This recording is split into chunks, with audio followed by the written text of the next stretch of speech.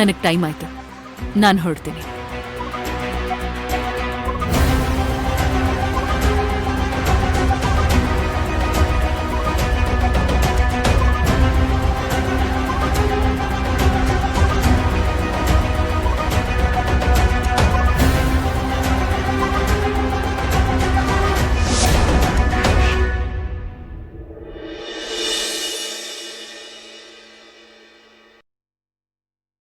ನಮ್ ವಿಕ್ರಾಂತ್ ಸಾಹೇಬ್ರು taste super.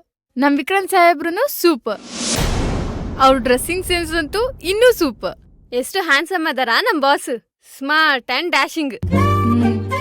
Vikrant sir ಕಣ್ಮುಂದೆ ಓಡಾಡ್ತಿದ್ರ ಹೊಟ್ಟೆ ಒಳಗ್ ಚಿಟ್ಟೆ ಹಾರಾಡ್ದಂಗ ಆಗ್ತೈತಿ. ವಿಕ್ರಾಂತ್ ಸರ್ ಇದ್ದಾಗ ಆಫೀಸಿಗೆ ಬರಕ ಮೂಡು ಇಂಟ್ರೆಸ್ಟ್ ಎಲ್ಲ ಇತ್ತು. ಆದ್ರ ವಿಕ್ರಾಂತ್ ಸರ್ ಹೋದ್ಮೇಲೆ ಆಫೀಸ್ ಜೀವನ ನಿರಾಸ ಆಗೈತಿ.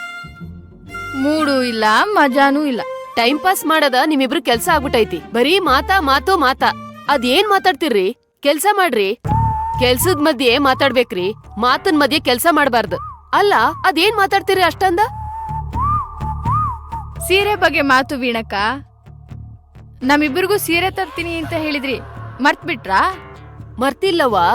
ನಾನು ಎಲ್ಲಾ ಕಡೆ ಹುಡ್ಕಾಕತ್ತೀನಿ, ಆದ್ರ ಚಂದವಾಗಿರೋ ಜೋಡಿ ಸೀರೆ ಎಲ್ಲೂ ಸಿಕ್ತಿಲ್ಲ. ಈಗೆಲ್ಲ ಆನ್ಲೈನ್ ಶಾಪಿಂಗು. ದುಡ್ಡು ಕೊಡ್ರಿ, ನಾವೇ ಬೇಕಾದ ತರಿಸ್ಕೋತೀವಿ. ದುಡ್ಡು ಕೊಟ್ರ ನೀವ್ ಖರ್ಚು ಮಾಡ್ಕೋತೀರಿ ಅದು ಇದು ಅಂತ. ದುಡ್ಡು ಕೊಡಕ್ ನನ್ಗೇನಿಲ್ಲ. ನಾ ಕೊಡೋ ರೊಕ್ಕನ ನೀವ್ ಅಡ್ಡ ದಿಡ್ಡಿ ಬಳಸ್ಕೊಂಡು ಆಮೇಲೆ ಸೀರೆ ತಗೊಳ್ಳಿಲ್ಲ ಅಂದ್ರ? ನಮ್ ಪುಷ್ಪ ಸರ್ ನಮ್ ಪುಷ್ಪರಾಜ್ ಸರ್ ನನಗ ಆಮೇಲೆ ತದಕ್ ಬಿಡ್ತಾರ. ಚಿಂತೆ ಮಾಡ್ಬೇಡ್ರಿ, ನಾನ್ ನೌಲ್ಗುಂದ ಹೋಗ್ತೀನಿ. ಅಲ್ಲಿಂದ ನಿಮ್ಗೆ ಚಲೋ ಸೀರೆ ತರ್ತೀನಿ. ಇಲ್ಲ ಅಂದ್ರ ನಮ್ ಪುಷ್ಪರಾಜ್ ಸರ್ಗ ಬೇಸರ ಆಗ್ತೈತಿ. ಈಗ ಕೆಲ್ಸ ಮಾಡ್ರಿ. ಸೀರಿ ಅಂತ ಸೀರಿ.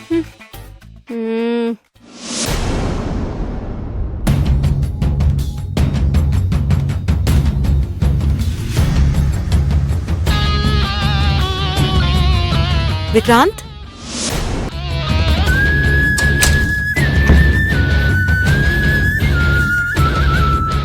ಇಲ್ಲೇ ಇಟ್ಟಿದ್ನಲ್ಲ. ವಿಕ್ರಾಂತ್,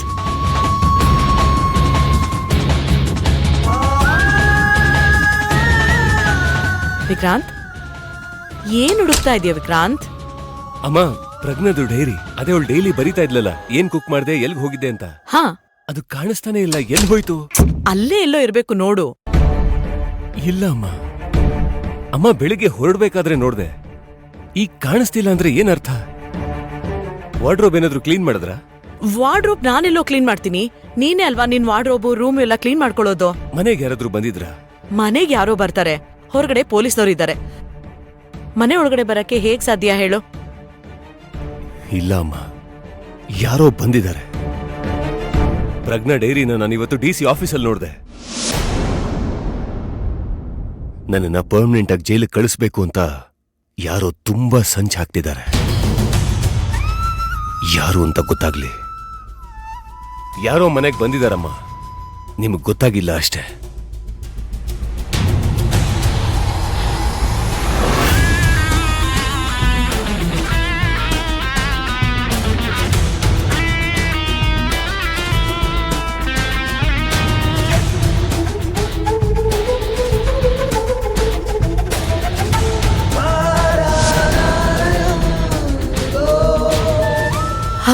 ವಿಕ್ರಾಂತ್, ಬೆಳಗ್ಗೆ ನಾನು ಅಡ್ಗೆ ಮಾಡ್ಬೇಕಾದ್ರೆ ಈ ರೂಮಲ್ಲಿ ಏನೋ ಸದ್ದಾಯ್ತು.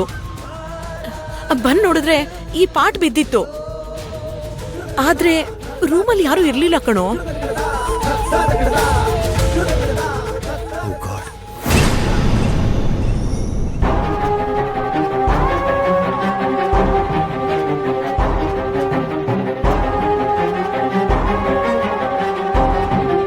ಏನಾಯ್ತು ವಿಕ್ರಾಂತ್?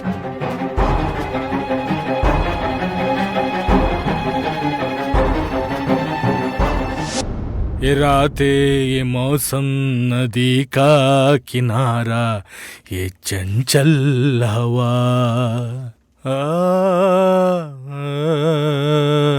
ಪಲ್ವಿಗೆ ಏನ್ ಕಾಣಿಕೆ ಕೊಡೋದು?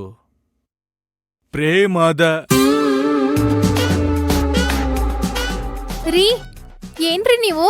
DC ಮೇಡಮ್ ಅವ್ರಿಗೆ ಪಲ್ಲವಿ ಅಂತ ಎಲ್ಲ ಹೇಳ್ತಿದ್ದೀರಾ? DC ಮೇಡಮ್ ಅವ್ರಿಗೆ ಹಂಗೆಲ್ಲ ಪಲ್ಲವಿ ಅಂತ ಕರಿಬಾರ್ದು. ಪ್ರೇಮದ ಕಾಣಿಕೆ ಅದು ಇದು ಅಂತಿದ್ದೀರಾ?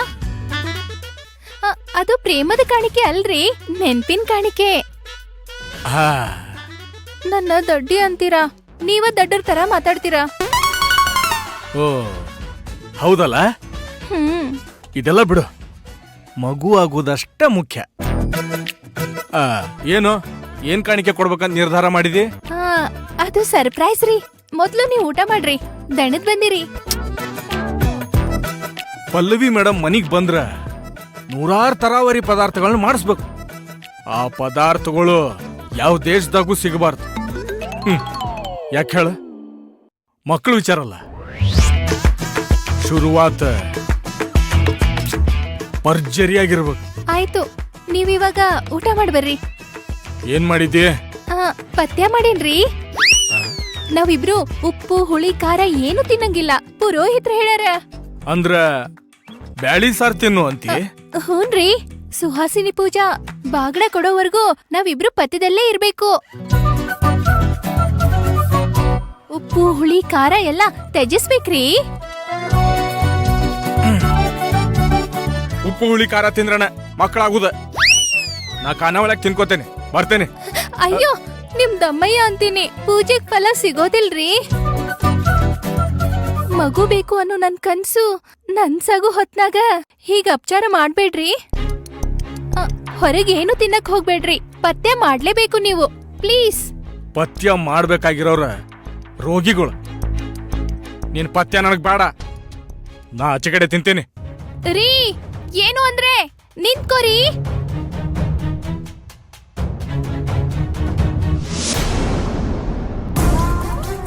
ನಮಸ್ತೆ, ನೀವು ಕೂತ್ಕೊಳ್ಳಿ.